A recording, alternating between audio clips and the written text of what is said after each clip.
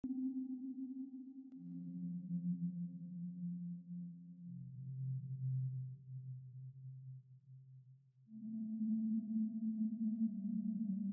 माझे, इथे तर छपराचा संपूर्ण सांगाडाच वाळवीने भरलेला आहे. याची डागडुजी न करणे फारच जोखमीचे ठरू शकते. काहीच दिवसांवर पावसाळाही येऊन ठेपला होता. मी वळून शिडीने खाली उतरण्याच्या त्या गुप्त चौकडीकडे गेलो आणि उतरण्यापूर्वी सभोवार त्या पोटमाळ्यावर शेवटची माझी एक नजर फिरवली. उजेडासाठी कौलारू छतामध्ये एक कौल काचेचे बसवलेले होते. मी आपसुकच त्या उजेडाच्या दिशेने सरकलो.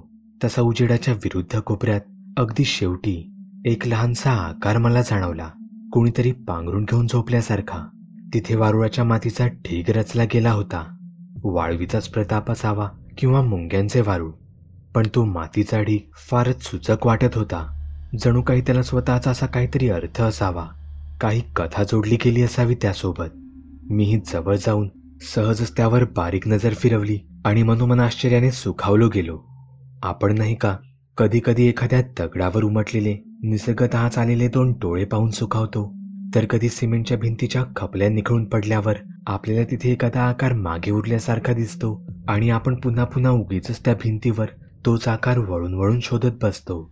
अगदी तसाच त्या मातीच्या ढिगाऱ्याला एक मानवी चेहरा दिसत होता. निसर्गाचीच किमया. अगदी दोन डोळ्यांप्रमाणे भासणारे गोल त्याने कोरले असावेत, नाकाचा उंचवटा दिसावा आणि अगदी हनुवटी असावी तिथपर्यंत चेहऱ्याचा विस्तार संपावा. जसे काही त्या मुंग्यांनाही वारूळ बनवताना एखादी अजरामर कलाकृती बनवण्याचा छंद जडला असावा, म्हणूनच त्यांनी असा माणसाचा पुसटचा चेहरा बनवला असावा. ही गंमत बायकोला सांगण्यासाठी मी खाली उतरलो. तेव्हापासून तो पोटमाळा आमचा बापलेकाचा निवांत क्षण घालवण्याचा अड्डाच बनला. लहान आदेश त्या पोटमाळ्यावरच चित्र रंगवत बसलेला असे. मीही कधी कधी वन कार्यालयातील कागदपत्रे घरी आणून पोटमाळ्यावरच रिपोर्ट बनवत असे. मात्र पहिल्या रात्रीसारखा भयानक भेसूर घरघर आवाज किंवा तो ऐकल्यावर जी दहशत मनात भरली होती की देव जाणे कोणते संकट छपरावर लपलेले आहे असे काहीच त्या माळ्यावर नव्हते. उलट एक अव्यक्त अशी आपुलकीच वाटे त्या वाळवीच्या ढिगाऱ्याजवळ बसल्यानंतर. एक काळ तर असाही आला होता की मला त्या वाड्याच्या छतात बनलेल्या पोटमाळ्याचा लळाच चढला होता. तिथेच काम करता करता मला सुखाची गाढ झोपही लागत असे. वाड्यामध्ये माझी बायको माझी वाट पाहून आमच्या मुलीसोबत झोपी जाई. पहिल्या माळ्यावर आमचे अप्पा व बहिणी, दोन आध्यात्मिक विरक्त माणसे. तर पोटमाळ्याच्या त्या इवल्याशा कोंदट जागेत मी आणि माझा मुलगा आदेश रात्रभर त्या गार अंधारात.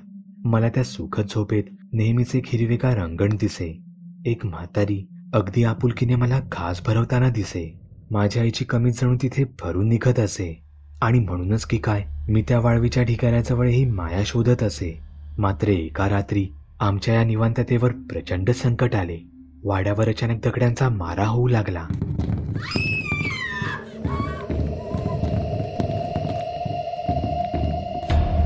कौल्यांवर दणादण दगड वाजत होते. एवढा कर्कश आवाज की आदेशही झोपेतून दचकून जागा झाला आणि टाहो फोडून रडू लागला.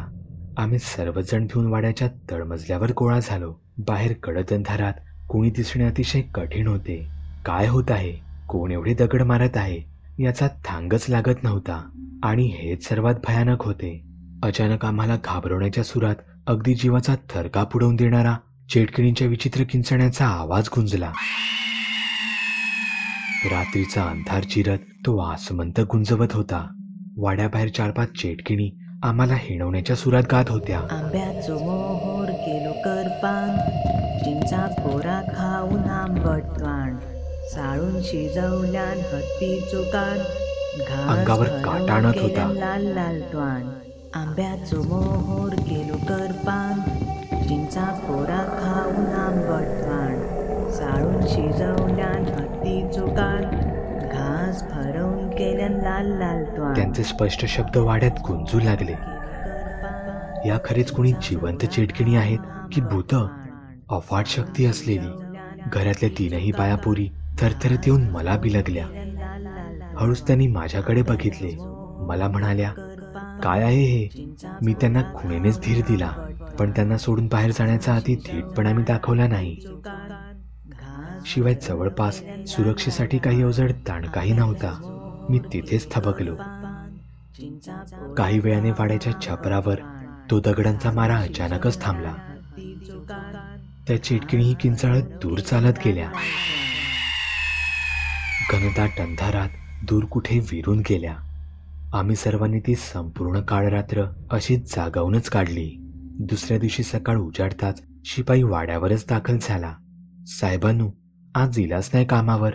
आम्ही मात्र अजूनही भेदरलेलो होतो. इथल्या भयानतेत जणू आमची सुटकाच करणारा आमचा वाटाड्या आल्या तरी आमचे शब्द फुटत नव्हते.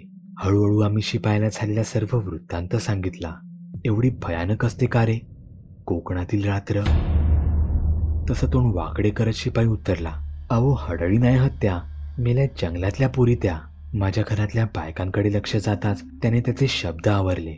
चाचरतच नरमलेल्या भाषेत शिपायाने समजावले, अहो गावाबाहेर जंगलात शिकाऱ्यांची वस्ती असा, म्हणजे ते तसे लय कामाचे लोक. गावावर एकदा का माकडांची धाड पडली की भाजीपालो, घरांवरचे नळे सगळ्यांचीच लय नासाडी करतात माकडा. मग हे वांडर मारणारे लोक धनुष्यबाण उचलतात आणि बरोबर एक एक माकड नेम धरून मारतात आणि जंगलात नेऊन खातात. पण त्यांच्या त्या 2-4 पोरी आहेत ना, लय टार्गट बनल्या आहेत. घरांवर असेच दगड पडतात. कोण नवीन रवा केली ना तर असेच पळवून लावतात त्या पोरी हडळी बनून. भिया नको साहेबांनो. शिपायाचे बोलणे ऐकून माझ्या घरचे सारे स्तब्धच झाले. हा शिपाई नक्की खरंच सांगतोय ना? पण त्याच्या डोळ्यात एक विश्वास देणारी चमक होती. अखेर आम्ही सर्वांनी सुटकेचा श्वास टाकला.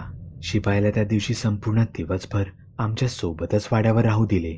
आमच्या मनाला धीर देण्यासाठी तो घरातच छोटी मोठी मदत करत राहिला. दुपारी 2-3चा सुमार असेल. माझी मुलगी वाड्याबाहेरच मोकळी हवा खात असताना तिला जवळच्याच करवंदाच्या जाळीत 3 मुली दिसल्या.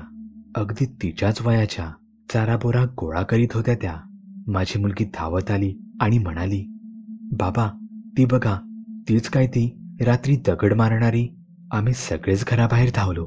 तसा शिपाई त्या मुलींवर खेकसला, काय गो, रात्री दगड मारत होतास, खूळ लागला हा? तशा त्या मुली काहीशा भेदरूनच आमच्याकडे पाहू लागल्या. त्यांतील एक मुलगी पुढे होऊन धीर करून म्हणाली, काय केलो काय आम्ही? दगडच मारले ना, तुमचाच भला हा त्यात. मग हे साळू इली तर माहीत हा ना, हत्तीची शिकार करून फाडून खाता. मग हे तुमकाव गिळूक येळ नाही लावूची, पळा हेसून लवकर. तसे शिपायाने त्या तिघींना दमात घेऊन म्हटले, हे यांचा बघून घेतील, नाहीतर तुमच्या घरच्यांका सांगून गावातील चाराबोरा गोळा करणं पण बंद करून ठेवीन. त्यावर ती हसली, जंगलात येऊन सांगा, नाहीतर गावच्यांका. सगळे ह्याच करतले, जा आम्ही केला. साळू इली तर नारळा एवढे धोंडे पडतले. मग बसा बोंबलत. शिपाईने त्यांना पुढे फारसे बोलूच दिले नाही. आक्रमकपणा दाखवत तिघींना जंगलात पळून लावले. आम्ही सर्व कुटुंबीय मात्र संमिश्र विचारांत होतो. एका गडद संदिग्धपणात रात्री दगड पडले तेव्हा दगड मारणाऱ्या ह्या तरुणीच होत्या. कुणी भयानशक्ती नव्हती. पण मग त्या सारखं सारखं साळूविषयी काय सांगत होत्या. कुणाला खाते ती? काय राक्षसीण आहे काय ती? हत्तीला मारण्या एवढी ताकद असलेली? आम्ही शिपायालाच प्रश्नांची सरबत्ती करून अक्षरशः हैराण करून सोडले. अहो काय नाही व साहेबांनू, सोडा माका. वांडरा मारतात ते, ना शाळा शिकत ना कसला काय, नुसता भटकतात, खुळे ते. शिपाई असं बोलत असताना आमच्याशी नजर मिळवण्याचे मात्र जाणीवपूर्वक टाळत होता. या खेपेस मात्र तो नजर चोरणारा शिपाई नक्कीच काहीतरी मोठी गोष्ट दडवत असल्यासारखा वाटला. तो त्या मुलींना फारच खाडून पाडून बोलत होता. त्या दिसण्यावरून, वागण्या बोलण्यावरून तरी एवढ्या असमंजस, खुळ्या अशा वाटत नव्हत्या जेवढे तो शिपाई सांगत होता. उगाचच लहान मुलांसारख्या खोट्या गोष्टीकार असतील त्या. असतील अंधश्रद्धाळू, जंगलात राहणाऱ्या. अतिरंजित वर्णन करत असतील, रंगवून रंगवून गोष्ट मोठी करून. पण मग म्हणून आम्हाला अगदी पळवूनच लावू पाहत होत्या. एवढं काय त्यांच्या मनात भीतीचं सावट होतं? आताच त्यांच्या मागे धावत जाऊन विचारावं का? खरी माहिती मिळेलही, अशा अनेक प्रश्नांनी डोक्यात काहूर माजवले. पण जसजसा वेळ निघून गेला शिपाई आमच्या मदतीस झुंपला. आम्हालाही त्यात वाढ उर्मट मुलींपेक्षा शिपायाचाच भरवसा आणि आधार वाटू लागला. शेवटी नोकरी, वाडा यांचा सांभाळ करणे हेच आमचे सर्वात पहिले ध्येय होते. त्यामुळे सारी शंका कुशंका आम्ही दूर बाजूला ठेवून नव्या संसारात झुंपलो. त्या मुलींपासून सुटका मिळाली यातच समाधान होतं आम्हाला. पण त्या वनजमातींच्या मुलींकडे दुर्लक्ष करणे हे आम्हाला फारच महागात पडणारं ठरलं. आमच्या आयुष्याने दुसऱ्यांदा धोक्याच्या घंटेकडे दुर्लक्ष करून आमच्या आयुष्यातील आणखी एक सर्वात मोठी चूक केली. कौलांवर दगड पडल्याच्या त्या घटनेनंतर मीवर पोटमाळ्यावर जाणेच सोडून दिले. त्यातच मला टायफॉइडने ग्रासल्यामुळे भारीच अशक्तपणा आला होता. माझी पाठदुखी फारच बळावली होती, म्हणून मी शिडी चढणे टाळू लागलो. पण लहान का आदेश तो कुठे ऐकणारा होता. मी त्याला पुष्कळ समजावले की बाबू, छपराची कौलं फुटली तर टाळकंही फुटायचं ना आपलं. पण छे, आदेश बराच वेळ माळ्यावरच खेळत राही. मीही मग विरोध न दाखवता माझा संपूर्ण वेळ ऑफिसच्या कामावरच लक्ष केंद्रित करायचं ठरवले. माझ्यावर फार मोठी जबाबदारी होती. वाघांची शिकार वगैरे होऊ नये म्हणून फार मोठ्या अपेक्षांचे ओझे होते. पण इकडे घरी आल्यावर मात्र हळूहळू मला छोट्या आदेशमध्ये जरा विचित्रच बदल जाणवू लागले.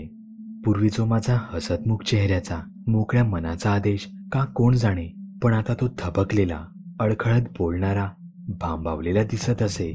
घरात वावरताना मध्येच कांगारून बावचळल्यासारखा तिथेच उभा राही. त्याला मी स्पष्टपणे विचारलेही की काय रे, असा घाबरलेला कार्य असतोस आजकाल? काही घडले आहे का? पण या प्रश्नावर त्याला काही उत्तरच सुचेना. कपाळाला आट्या आणून रडवेल्या चेहऱ्याने तो शून्यात बघतच राहिला. मलाही गदगदून आल्यासारखे वाटले. मला जाणवू लागले की आता खरेच अति झाले आहे. मी माझ्या मुलाकडे लक्ष देणे कमी केले आहे. बरेच दिवस मी खेळलोही नाही माझ्या चॅम्पसोबत. तो नाही एकट्याने रमू शकत इथे, म्हणून मी स्वतःलाच दोषी ठरवून उद्याचा सुट्टीचा पूर्ण रविवार आदेशलाच देण्याचे ठरवले. रविवारचा दिवस उजाडताच आम्ही दोघे अगदी सकाळीच लवकर उठून अंघोळ नाश्ता करून आमच्या आवडत्या पोटमाळ्यावर जाऊन बसलो. आदेश माझ्यासोबत आज जरा धीट वाटत होता. दुपारपर्यंत आदेश त्याच्या आवडीची चित्रे काढीत बसला होता. मी त्याला सोबत म्हणून शेजारीच बसलो होतो. पण त्याला जमेल ती मदत करून झाल्यावर मी वर्तमानपत्रात डोकं खुपसून बसत होतो. माझ्या मनात एकच सल होती, वेळीच आदेशला माणसांत आणणे गरजेचे होते. शहरात तर मुलांचे पालक त्यांच्या लाडक्यांच्या सर्वांगीण व्यक्तिमत्व विकासावर लाखो रुपये खर्च करतात. पण माझ्या मुलाला काय झाले? त्याला पहिल्यासारखे बोलते करणे फारच गरजेचे होऊन बसले होते. म्हणूनच मी सहजच त्याने रंगवलेले चित्र उचलले. चित्र प्रथम नजरेत तर सुबकच वाटत होते. सुंदर कला असल्याप्रमाणे त्याने सुरेख झाडे काढलेली होती, लहान मोठ्या बारकाव्यांसोबत रेखाटलेली, जणू निसर्ग चित्रच. पण नीट निरखून पाहताच मला त्या चित्रात एक विचित्र किळसवाणं जाणवलं, अगदी त्याच्या स्वभावात आलेल्या विचित्र बदलासारखाच. तर हे सुरू असते याच्या युल्याच्या मनात. त्याने काढलेल्या झाडावर एक विचित्र वाटणारी अशी तुटकी फांदी उगवलेली होती.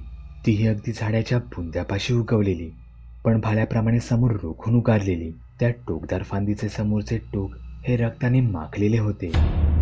रक्ताचे दाट थेंब फांदीच्या टोकावरून उघळून पडत होते. हे काय रे बाबू? मी क्षणार्धात त्याला जाब विचारला. हे एवढं छान चित्र काढलंस आणि फांदीच्या टोकाला हे रे काय काढलंस? घाणेरडं रक्त? मी त्याला काहीशा धाकात घेऊन तमटावलं. तेव्हा आदेशनेही मला तेवढ्याच विश्वासात घेतलं. हळूवार जवळ येऊन आदेश माझ्या कानात कुजबुजला. बाबा, तुम्ही नसताना तेव्हा मी इथे एकटा येतो चित्र काढायला.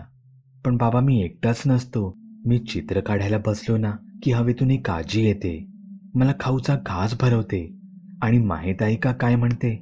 बाबू खा हा, तुझ्यासाठी मोठा हत्ती मारून कान कापून आणलाय, ताजा ताजा, घे खा. आणि स्वतः आदेशनेही तेच हावभाव करून दाखवले. आपल्या चिमुकल्या बोटांमध्ये खोटा खोटा घास धरत माझ्या तोंडावर नेत म्हणाला, खा हा. माझ्या मेंदूत सरकन बर्फाचा प्रवाह दौडला. काही क्षणांसाठी मला ती म्हातारीच माझ्या समोर दिसली.